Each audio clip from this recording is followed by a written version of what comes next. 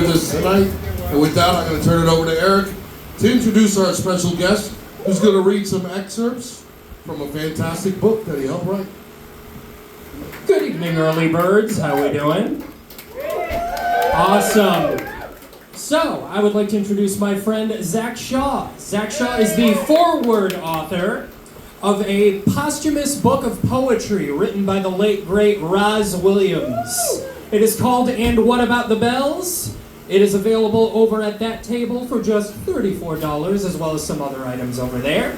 In the meantime, for those of you unfamiliar, Roz Williams is the founder of Christian Death. We'll wake you up, guys, don't worry.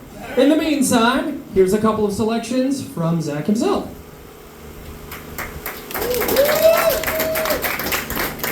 Thank you all so much for that wonderful introduction and welcome. I appreciate it. This is my first time bringing the book to New Haven, actually.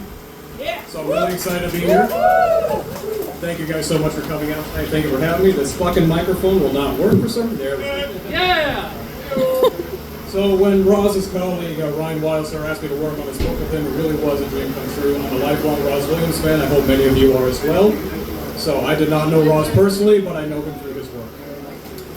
So I'm going to read some poems from the book, and I hope you enjoy it as much as I do. I'm going to start off with the title piece, which later turned into a song called Electra Descending. And what about the bells? Like the moon, she's holding hands with age. Vanity cracked in her arms, China doll. Who can tell her the lies that she wants to hear? Who can carry on? Halfway there, she comes to steal my meaning. She comes to steal the bitter taste. Where on this floor we dream, and in these dreams we drown. The bed travels farther to set our hands free. Left on the edge, I slept a lot in Paris, then again on land. But now I sleep on ladders. I'm so afraid to fall. And what about the bells?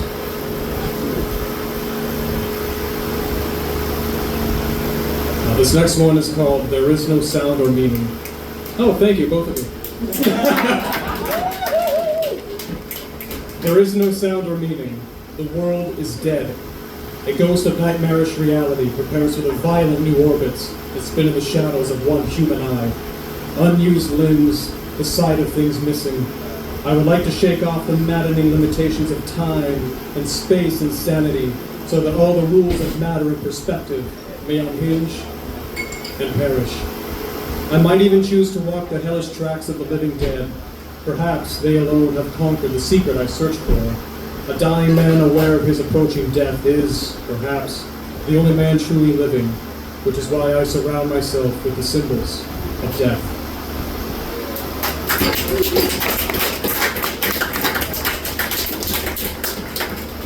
This one is called Desperate Ritual.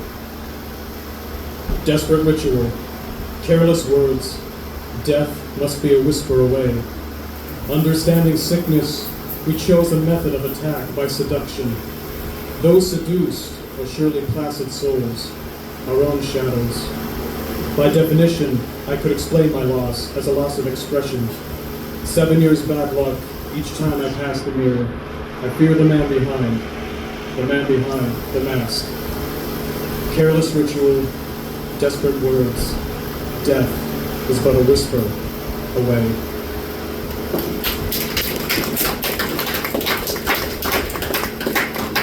This next piece I'm going to do later ended up on Roz's album called Every King and Bastard's Son, if any of you are familiar with that particular. Yeah, one guy, awesome. This one is called Sawdust. He had changed his teeth, lips off, spat on the floor, arranged features into a bored mask, strands of hair waving in preservative, massive front doors always open, knee-deep in iris and blood red, the fold of his eyes. He awoke that night crying out, knowing his life was in danger, wild-eyed, his face filled with frenzy. What is it like to be dead? Fugitive tremors ran through his limbs, bloated face and mouthpiece, torso shrank, twisted. He draws a breath, voices his thought, low as a sea urchin, a near-empty terminal devoid of life. Voice, oddly disjointed, invokes the unknown men. Un grattacielo tenuto su aibase, de una corona di baionette. Black and endless pacing, a little cry of pain. Was he born a widow, walking with us now? Disemboweled remains of jackal and a child. A mind hung in echo. Wide eyes saw dust.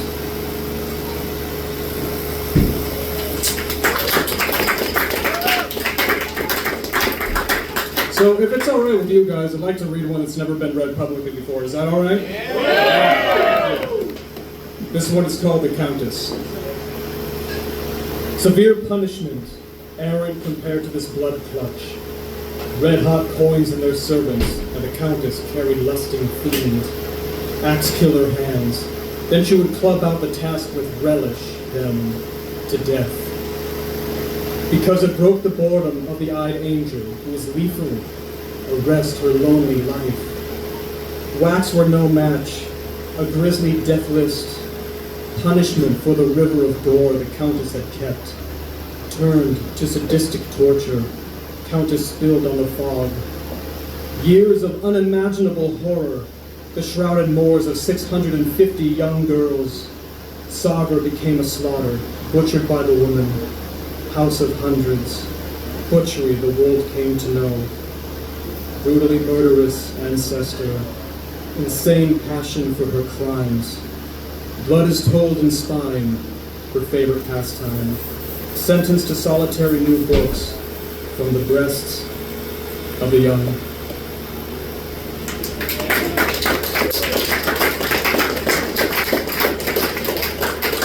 Now this next one's a personal favorite of mine because I really like the way he describes the underworld in this one.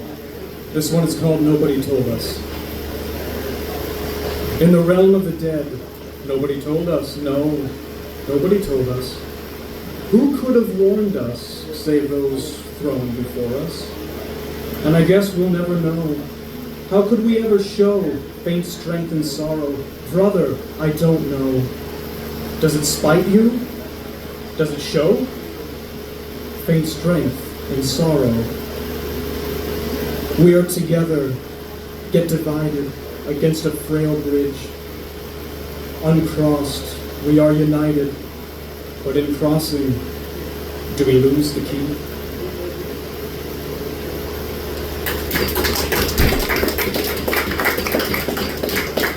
So, because Ryan Wildstar currently lives in Europe and he couldn't be here tonight, he asked me to read this piece on his behalf. He and Roz had a very close but complicated relationship. They lived together for the last 8 years of Roz's life. And when Roz left his poetry to Ryan when he passed away, he left this piece and wrote it for him. Never read it to him, never showed it to him. This one is called Velvet Touch, for Ryan. In the shadow of sorrows, open thine eyes to me. I am not begging, merely asking, dear brother, hello, it's me. I feel that we've been blinded. I feel that we've been sleeping. Dear brother, I lay weeping, torn from your velvet touch. In the shadow of sorrows, I cast a line to thee. Strong arm, can you take it? Take it to the place that we should be.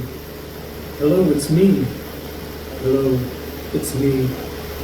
In the shadow of sorrows, I shall greet thee, but at the gate I fear that I've misplaced the key. Still hoping someday to be free. I ask in passing, oh, I'm merely asking, when can we share a velvet touch? At the passing of shadows, our love will flower, grown up around us, between us, believe me, as rough as hearts that bleed. In the shadows we are born alone. Embrace this weathered tone. Dear brother, don't you know that it's just me? Open thine eyes and share a lasting touch. In the shadow of sorrows I cast a line to thee. Strong arm, can you take it? Take it to the place that we should be. Hello, it's me. Hello, it's me.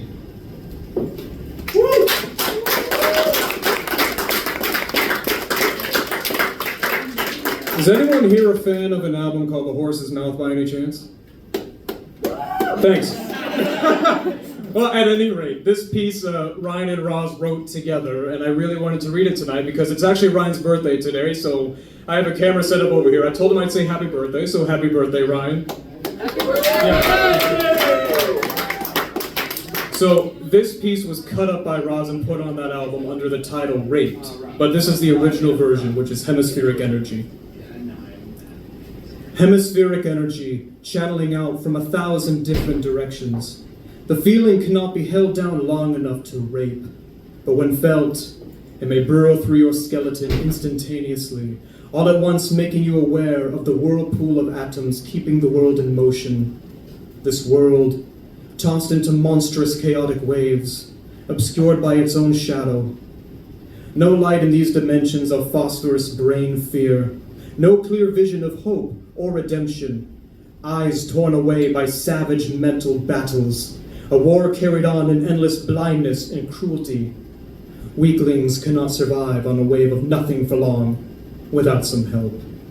The rest is gesture, congested feeling, and an unwillingness to resist temptation. A man of many faces, this father of temptation, all at once guided and yet guarded. There has been no attempt to conceal the outcome. It shall be swift and ruthless, the pain sharp and full circle. The world in which we suffer now shall seem a pleasant memory. Recall, smashed from cages of non-being, where the lone lives inside a creature. Fold and regather your feathers. A ruffled plume does nothing for the soul of crying winters. Die, disengage, dissolve into the recesses from whence you spewed, and wrestle the golden monkey of the dawn.